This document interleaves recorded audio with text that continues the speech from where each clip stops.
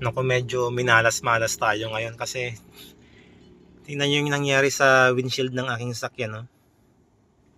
Ang haba ng crack hanggang dun, no? Bale, ito kasi dito tumama yung bato.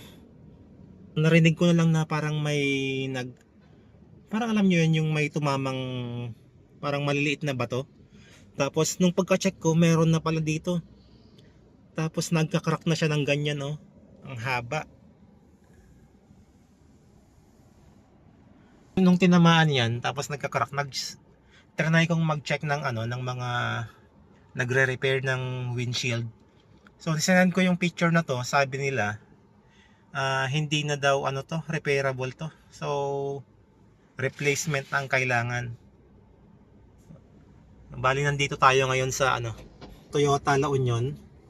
O subukan nating ipasok to sa insurance kasi insured naman siya.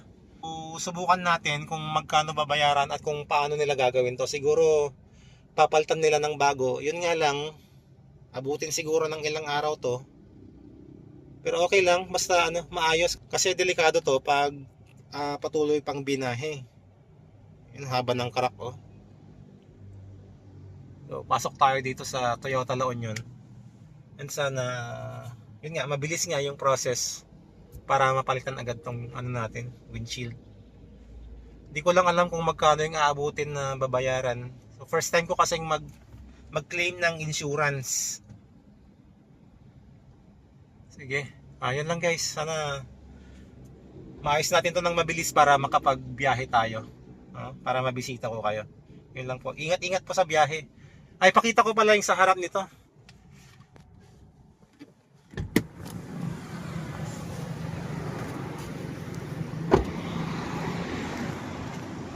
Ito yung front niya. So, hindi naman siya masyadong halata pag nasa labas ka. Pero hanggang dito, oh. Ayan. Diyan tumama yung bato.